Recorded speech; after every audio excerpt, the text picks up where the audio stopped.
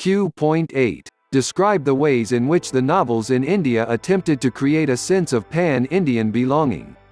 Ans. To create a sense of equality. Colonial rulers regarded the contemporary culture of India as inferior. On the other hand, Indian novelists wrote to develop modern literature of the country that could produce a sense of national belonging and cultural equality with their colonial masters. To protect the values of India's tradition and culture. Many novelists like that of Srinivas Das had expressed their fear and anger about the intermingling of Indian and Western culture. The world of colonial modernity seems to be both frightening and irresistible to the characters. The novel tries to teach the reader the right way to live and expects all sensible men to be worldly wise and practical, to remain rooted in the values of their own tradition and culture, and to live with dignity and honor. Women novelists. But women did not remain mere readers of stories written by men. Soon they also began to write novels. In some languages, the early creations of women were poems, essays or autobiographical pieces. In the early decades of the 20th century, women in South India also began writing novels and short stories. A reason for the popularity of novels among women was that it allowed for a new conception of womanhood.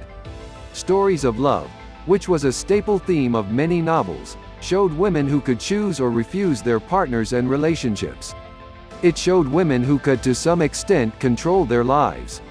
Some women authors also wrote about women who changed the world of both men and women.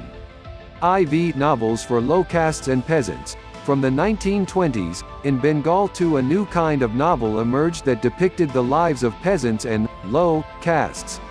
Advaita Malla Burman's 1914–51, Titash Ekti Nadir Nam, 1956, is an epic about the Mallas, a community of fisherfolk who live off fishing in the river Titash. The novel is about 3 generations of the Mallas, about their recurring tragedies, and the story of Ananta, a child born of parents who were tragically separated after their wedding night. Ananta leaves the community to get educated in the city.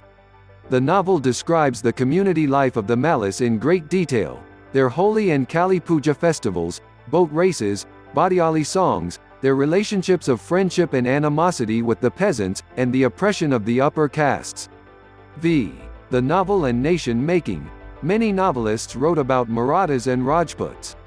These novels produced a sense of a pan-Indian belonging. The imagined nation of the novel was so powerful that it could inspire actual political movements. Bankam's Anandamath, 1882, is a novel about a secret Hindu militia that fights Muslims to establish a Hindu kingdom.